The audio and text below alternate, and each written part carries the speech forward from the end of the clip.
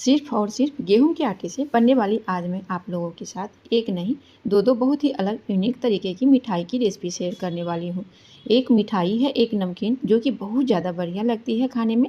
आप इसे बनाकर महीनों तक स्टोर करके रख सकते हैं, बिल्कुल भी ख़राब नहीं होती है। यह जूसी होती है, साथ ही साथ बहुत ज़्यादा क्रिस्पी होती है। और आपको देखकर लग रहा होगा ना, इसे बनाना बहुत ही ज़्यादा मुश्किल होगा, लेकिन यकीन माने यह बहुत ही ज़्यादा आसानी से बनकर तैयार हो जाती है, बहुत ही कम मेहनत में। तो सबसे पहले हम क्या करेंगे, यहाँ पर गेहूं के आटा ले लेंगे। तो जिसे मैं रोटियां बनाती हूँ ना, वही गेहूं का आटा ले रही हूँ, 2 कप। वैसे आप चाहें तो आधा मैदा आधा गेहूं के आटा ले सकते हैं, लेकिन सिर्फ गेहूं के आटे से भी बहुत बढ़िया बनती है।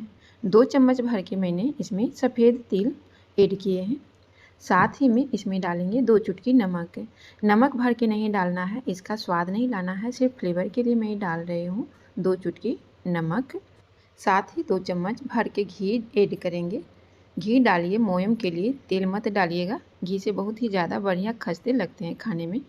घी को अच्छे से आटे में मिक्स करेंगे, मसल मसल के करके, जो कि बहुत ज़्यादा ज़रूरी है मिक्स करना। मिक्स करने से ना खास्ता लंबे समय तक स्टोर कीजिएगा ना, तो खास्ता बना रहेगा, तनिक भर के लिए नरम नहीं पड़ने देगा। तो इसे अच्छे से मिक्स करके मुट्ठी में बांध कर देखेंगे ना, तो लड्डू यदि बन रहा है तो ये परफेक्ट हो चुका है। तो बिल्कुल वैसे ही आटा लगाना है। थोड़ा थोड़ा करके पानी डालेंगे और इसका मीडियम सख्त डो लगा करके तैयार करेंगे। जैसे कि हम पराठा कचौरी के लिए आटा लगाते हैं ना, बिल्कुल वैसे ही आटा लगाना है। थोड़ा थोड़ा करके पानी ऐड कीजिएगा। अभी तो काफ़ी सारे फेस्टिवल भी आ रहे हैं, रक्षाबंधन भी आ रहा है, तो आप इसे बना करके रख सकते हैं। अगर बच्चे बाहर रहते हैं ना, तो आप उन्हें बना करके दे सकते हैं। कभी कभी क्या होता है ना, कुछ मीठा भी खाने का मन करता है और कुछ नमकीन खाने का मन करता है। तो आज मैं दोनों तरीका बता रही हूँ आपको। आप मिठाई भी बनाकर स्टोर कर सकते हैं, नमकीन बनाकर भी स्टोर कर सकते हैं। तो आटा लग जाने के बाद ना, ऊपर से ना आधा चम्मच घी इसमें अच्छे से लगाकर इसे 10 मिनट के लिए सेट होने के लिए रख देंगे। आटा गूँथा हुआ दूसरे बर्तन में ढक कर रखेंगे। वापस से इसी बर्तन में 2 कप गेहूं के आटा ले लेंगे। इसमें फ्लेवर के लिए डालेंगे ना, सफ़ेद 2 चम्मच भर के तेल डाल लेंगे, इससे अच्छा फ्लेवर आता है। और आधा चम्मच अजवाइन, आधा चम्मच जीरा डालेंगे, 2 चम्मच कस्तूरी मेथी डालेंगे। घी डालेंगे, 2 से 3 चम्मच डालिएगा देसी घी। और इसमें डालेंगे 1 से 1.5 चम्मच नमक। नमक इसमें ज़्यादा मात्रा डालेंगे क्योंकि नमकीन बना रही हूँ ना, इसीलिए अपने अनुसार, आप अपने टेस्ट के अनुसार इसमें नमक डालिएगा। और इसे अच्छे से पहले मिक्स कर लेंगे, अच्छे से गूँथ लेंगे मसल मसल के, जो कि लंबा समय तक इसे स्टोर मुझे करना है। तो खास्ता तो ज़रूरी है ना, तो लड्डू बनाकर देख लेंगे। यदि बन जाती है तो इसमें थोड़ा थोड़ा पानी डालिए और एक आटा लगा लेंगे।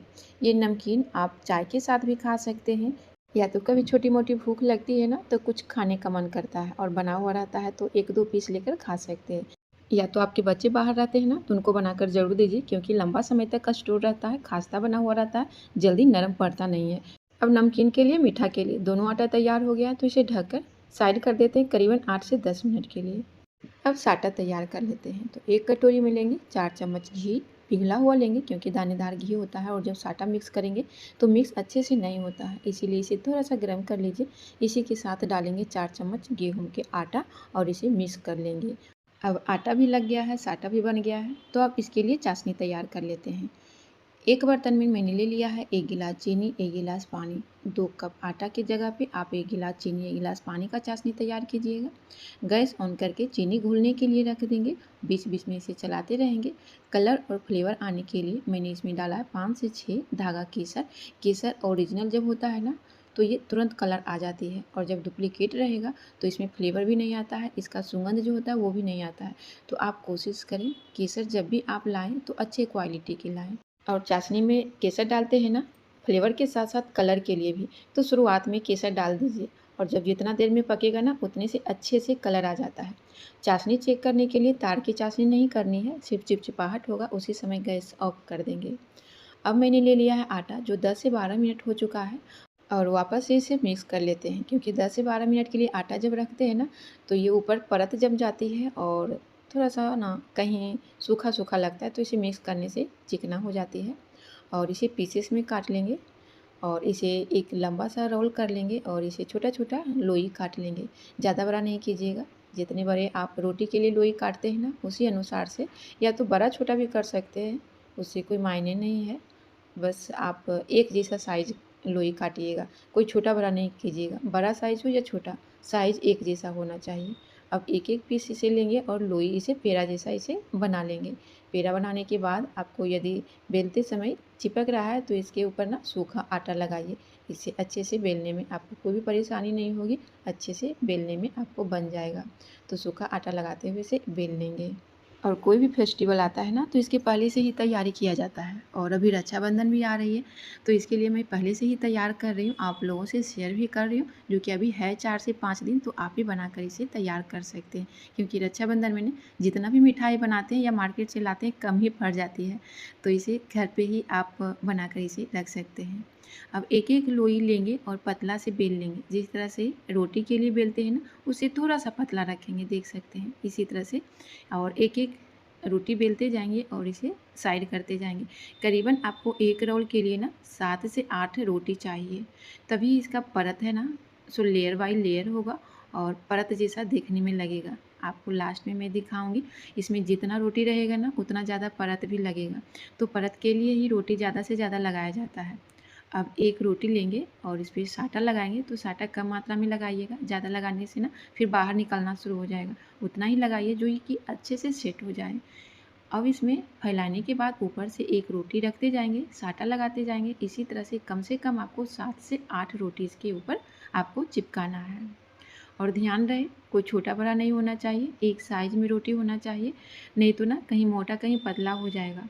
तो जब भी मैं बताती हूँ कोई भी रेसिपी, तो उसमें सारे टिप्स बाय टिप्स बताते हैं, ताकि आपको कहीं भी कोई कंफ्यूज ना हो।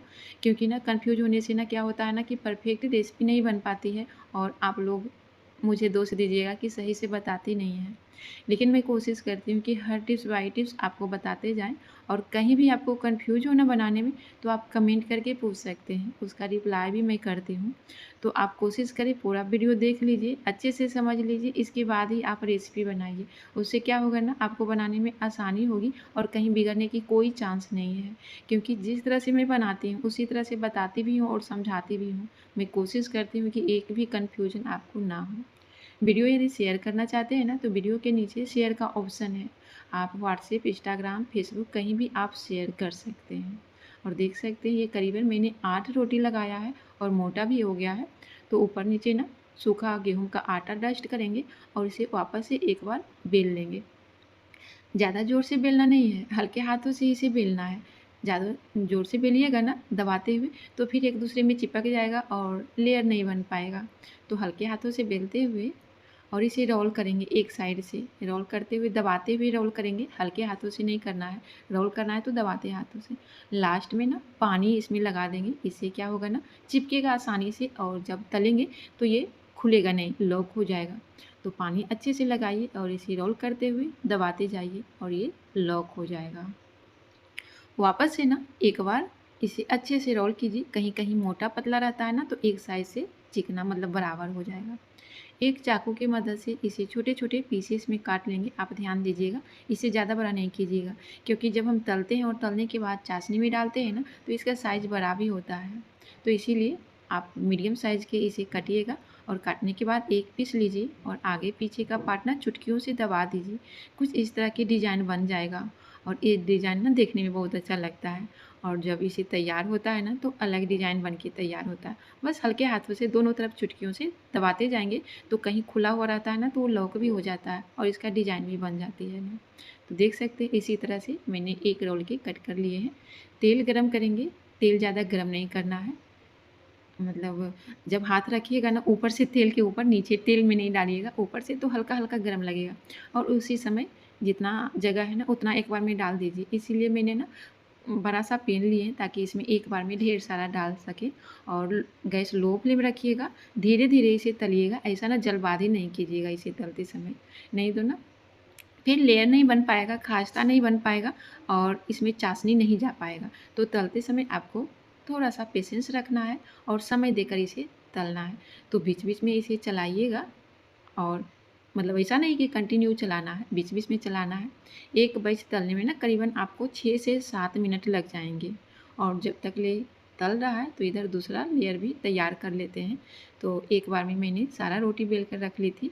एक बार बेलने से क्या होता है ना कि आसानी हो जाता है, उधर तलने के लिए भी रख देते हैं और इधर रोटी तैयार भी कर लेते हैं, यानी कि रोल तैयार भी कर लेते हैं और पीसेस कट कर लेते हैं।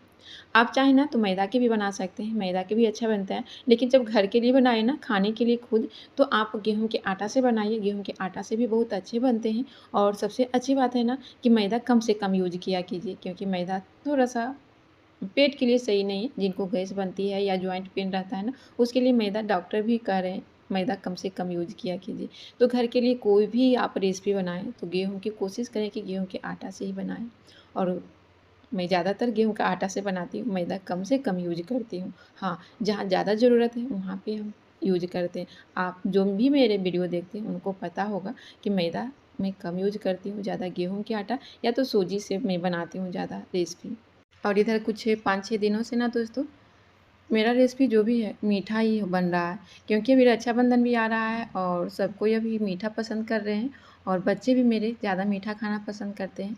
तो मार्केट का कोई भी मिठाई मैं नहीं लाती हूँ, घर में ही बनाती हूँ। और सबसे अच्छी बात है ना कि घर के खाना खाते-खाते बाहर का खाना भी भूल चुके हैं। कभी कभी बोलते भी नहीं है कि हमको बाहर के खाना चाहिए, क्योंकि हर तरह के मैं तो घर पे ही बनाती हूँ और जो परफेक्ट बनता है उसी रेसिपी आप लोगों से शेयर भी मैं करती हूँ। आप लोग जो कंटिन्यू मेरा वीडियो देखते हैं उनको पता होगा कि मैं जो भी बनाती हूँ घर की सामग्री से बनाती हूँ और जो परफेक्ट बनता है वही रेसिपी आप लोगों से शेयर भी मैं करती हूँ।